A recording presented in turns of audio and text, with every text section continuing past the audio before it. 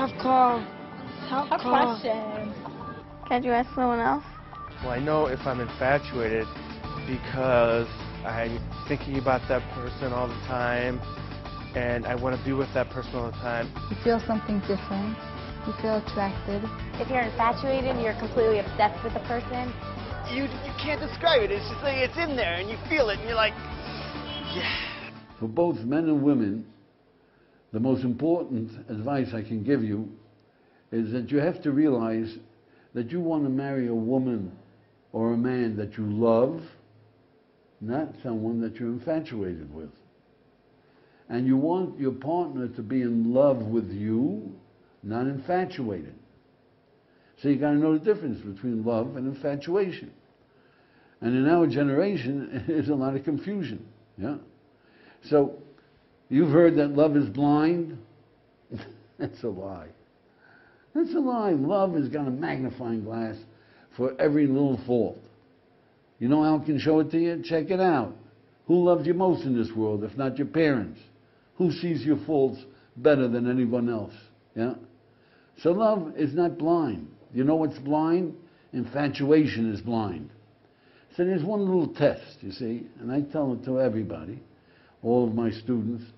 I tell them, listen, if you ever meet the perfect girl, she is gorgeous, she's sweet, she's gracious, she's kind, she's intelligent, she's aristocratic. She is the perfect girl. Run for your life. You're infatuated. And young lady, if you ever meet the perfect guy, he's intelligent, he's handsome, he's courteous, he's sensitive, he's the perfect guy. Run for your life. You're infatuated. There's no such creature. There's no beauty, there's no perfect girl, there's no perfect man. If you get in a fight with them, do you look at what's good about them or you just focus on what's bad about them when you're in the fight? After being married for 50 years, you will know. If it's physical pleasure you're going after, then you know it's just you're infatuated. If it's after the greater goal, you know it's real love.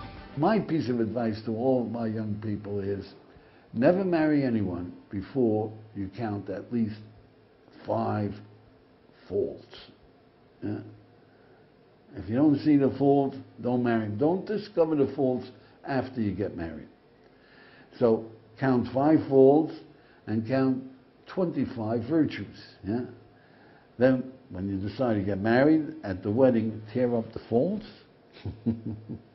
and stick with the virtues. Every Friday, before Shabbat, put another virtue on your list. For your wife, for your husband. Put another virtue.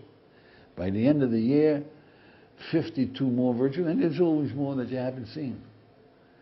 Then pick out 5 of the most impressive and tell your loved one, you know, I thought I was marrying a wonderful girl, and now I realize how wonderful you really are. Oh boy, what a line.